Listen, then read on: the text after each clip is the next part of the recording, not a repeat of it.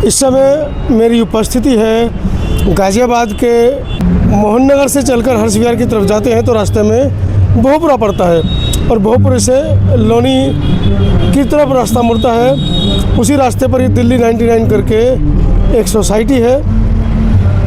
ये जो मेरे पीछे रास्ता आ रहा है ये वहीं बहुपुरे से आ रहा है और मेरे बिल्कुल पीछे जो ये रास्ता जा रहा है ये बनतला पुलिस चौकी की तरफ जा रहा है। इसी के बीच में ये दिल्ली 99 जो सोसाइटी है, आज यहाँ पर बाबा साहब डॉक्टर अम्बेडकर के 135वें जन्मदिवस के उपलक्ष्य में एक कार्यक्रम रखा गया।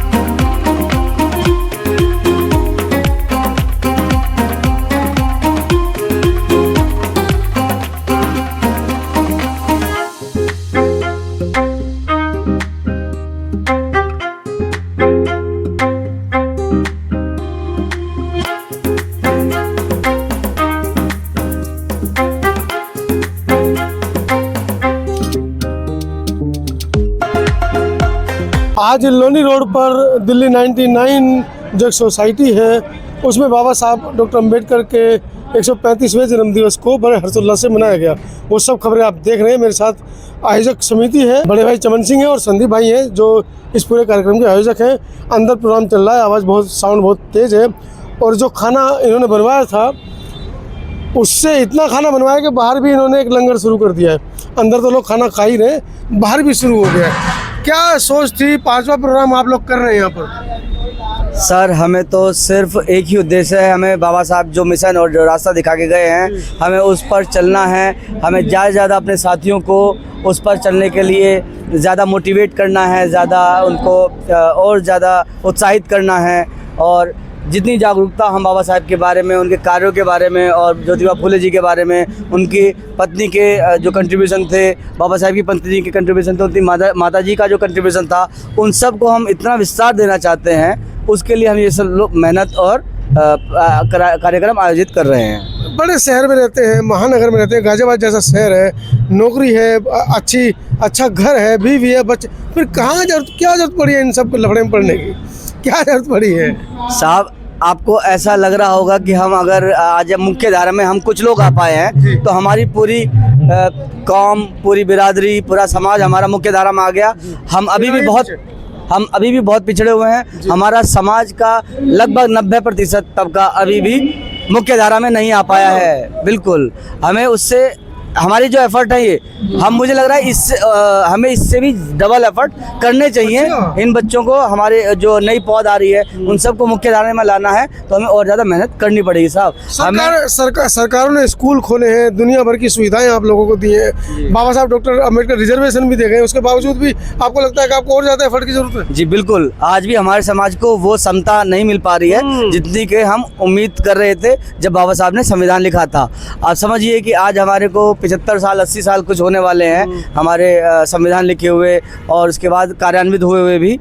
उसके बावजूद भी जब हम उस विचार पर, जब उनके विचार पर जो उन्होंने कार्यान्वित किया उस पर कार्यवाही अपेक्षित करते हैं तो उसकी तुलना में आज कुछ भी नहीं हुआ है। तो आपको लगता है आज भी 78 साल देश को आज़ादी हो गए, आज भी गैर बराबरी है, समानता है? बिल्कुल बिल्कुल है, एग्जिस्ट करती है साहब, इसके अंदर कोई दो राय नहीं है। इसके लिए कितने ही सारे एग्जाम्पल आपको दे सकते हैं और आप तो पत्रकार हैं, आपकी जानकारी मुझे लग रहा है मुझसे ज़्यादा होगी इस पर। क्या लगता है कैसे ये असमानता, ये गैर बराबरी को दूर किया जा सकता है? देखिए, जो लोग पहले से अपने दिमाग में हमारे लिए कुछ कुंठा लिए बैठे हैं, उनके दिमाग से कुंठा निकालना बहुत ज़्यादा मुश्किल है। लेकिन जो हमारी अगली पीढ़ी आने वाली है, वो उनकी पीढ़ियों की कुंठा है। बिल्कुल बिल्कुल, अगर किसी भी तरीके से शिक्षा के विस्तार के अनुसार अगर वो कुंठा उनके बच्चों में ना आकर के हमारे बच्चों के साथ समता का व्यवहार करेंगे, तो शायद कभी ऐसा हो पाए कि हम समान अधिकार रख पाए। वो तो मुश्किल है, मुश्किल है, लेकिन बाय बिलट है ना वो तो। लेकिन संभव नहीं है, कोशिश करेंगे। हमारा काम क्या, हमें बाबा साहब ने क्या सिखाया? संगठित रहो, शिक्षित बनो और संघर्ष करो। तो हम तो संघर्ष कर रहे हैं साहब। लोग दुनिया भर के नाम देते हैं कि नीले कबूतर, नील चट्टे, नीले अंडे, दुनिया भर के नाम देते हैं, और आपको लगता है कि वो आपको बराबरी देंगे? अब वो क्या लगता है, इन सब बातों से हम पीछे हटने वाले हैं? ये तो हमें बल्कि और ज्यादा एनर्जी देते हैं, हमें और ज्यादा प्रोत्साहित करते हैं कि हमें इनकी बराबरी करके दिखाना है, बल्कि इनसे ऊपर उठना है। ऊपर उठना है। बिल्कुल, हम बराबरी भी नहीं, हम इनसे ऊपर उठेंगे साहब। अभी देखिए हमारी गति हो सकता है स्लो, धीमी है हमारी गति। हमारे बच्चे जितने ज़्यादा शिक्षित होते जाएंगे और जितना इनका मुंह तोड़ जवाब देंगे, उतने ज़्यादा हम डेवलप करेंगे। इतने सारे अत्याचारों की खबरें आती हैं, 131 से ज़्यादा सांसद, हजारों विधायक, सबके मुंह पे दही जमी होती है, आपके विशेष वर्ग जैसे आते हैं। सर, पॉलिटिक्स को बाबा साहब की मिशन से अलग रखें तो हमें। डॉक्टर अम्बेडकर ने कहा कि राज सत्ता आपकी होगी तो अधिकार आपके होंगे। बिल्कुल सही बात है, तो अलग कैसे रखते हैं? लेकिन कठपुतली बन चुके हैं ना लोग, क्योंकि उन्हें अपनी कुर्सी से ज्यादा प्यार है। बाबा साहब के मिशन से उनका इंटरेस्ट नहीं है, रुचि नहीं है, ये बात हो रही है। तो क्या इस वजह से मुझे लगता क्या है। क्या मैसेज देना चाह रहे हैं? देश का जो युवा है इस समय, वो कहीं ना कहीं असमंज की स्थिति में है, कहीं ना कहीं गर्म दल में जा रहा है, जैसे भीम आर्मी जैसे दल हैं, ऐसे दलों में जा रहा है जिससे उसकी कुंठा निकल कर आ रही है, उससे नुकसान नहीं हो रहा है ना देश का? देखिए हो क्या रहा है कि हमारे बच्चों को वर्गलाया जा रहा है, उनको एक दिशाहीन दिशा दिखाई जा रही है कि आप इस रास्ते पर चलो। वो रास्ता जो है अंधेरे में पहुंचाता है, हमारे युवा को अंधेरे की तरफ ढकेल रहा है। और अगर हम इस पर कुछ एक्शन या कुछ कार्य नहीं करेंगे तो हो सकता है कि हमारे खुद के बच्चे भी उस अंधकार में चले जाएं। आज सब लोग, अभी थोड़े दिन पहले लोनी के अंदर एक बहुत बड़ी आम सभा और रैली निकली थी, हिंदू रक्षा दल वालों की शायद की थी। आप देखिए, मैं वहाँ पर था, मैं बाई चांस उस रास्ते से गुजर रहा था, नंगी तलवारें लेकर के, और वो लहरा रहे थे, प्रशासन के सामने हो रहा था सब कुछ। और इवन मेरा नाम ले जा, चलो कोई बात नहीं, तो ये सब हो रहा था। इवन वहाँ पर गाली गलौज हो रही थी, मुस्लिम समुदाय के लिए बहुत गाली गलौज हो रही थी। ये सब हमने अपनी आंखों से देखा। तो अगर उसमें हमारे बच्चे जाके खड़े होंगे, आप बताइए कि कभी अमित शाह का करने वाला निकल जाएगा, हमारे बच्चे फंस जाएंगे। अमित शाह का बच्चा क्यों कभी झंडा लेकर के वहाँ पर, क्यों तलवार लेकर के नहीं निकलता है? बिल्कुल, हमारे बच्चे क्यों चाहे? हमारे बच्चों से क्यों ऐसा होना चाहिए कि हमारे बच्चों को यहाँ से चाकू लेकर के निकलना है कि भैया हमें अपने हमें धर्म की रक्षा करनी है। देश पर चर्चा नहीं हो रही है, लेकिन धर्म की चर्चा हो रही है। शिक्षा पर चर्चा शिक्षा नहीं पर कोई चर्चा नहीं है। चिकित्सा पे नहीं है, स्वास्थ्य पे नहीं है, बेरोजगारी पर नहीं है, तलवारें बांट रहे हैं, एक दूसरे को मारो, सिविल वॉर करो, हाँ, ये उनकी सोच है। बिल्कुल, चलिए, हमारे समाज को बिल्कुल दिशाहीन बना रहा है, हमारे देश को विकसित होने से रोक रहा है। इनको लगता है कि ये सोच विकास की ओर ले जाएगी, ये गर्त की तरफ ले जाएगी। जैसा कि हम बाकी धर्म समाज वाले जो देश हैं उनके अंदर देख सकते हैं, तरक्की नहीं है, तरक्की नहीं है। आप धर्म को आगे रखोगे और देश को पीछे रखोगे तो डेफिनेटली कोई विकास नहीं होना। चलिए, आज चमन सिंह जी से पहली मुलाकात है और मुझे लगता है कि आगे भविष्य में भी मुलाकातें होती रहेंगी, क्योंकि इस तरह के पॉजिटिव एनर्जी के लोगों को मैं ढूंढता रहता हूँ।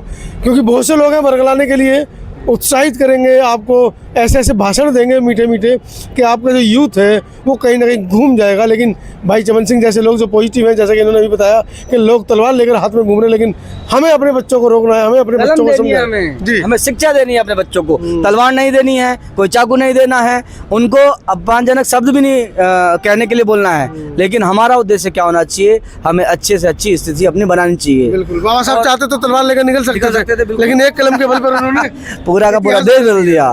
बिल्कुल बिल्कुल साहब। चलिए, पूरी चर्चा के बारे में, पूरे कार्यक्रम को देखने के बाद आपको क्या लगता है, इस तरह के कार्यक्रम जो हो रहे हैं इनसे कितनी भविष्य में तब्दीलियां होने वाली हैं और हो भी रही हैं? पूरी वीडियो के बारे में आप क्या कहना चाह रहे हैं, कमेंट सेक्शन में ज़रूर लिखिएगा। धन्यवाद।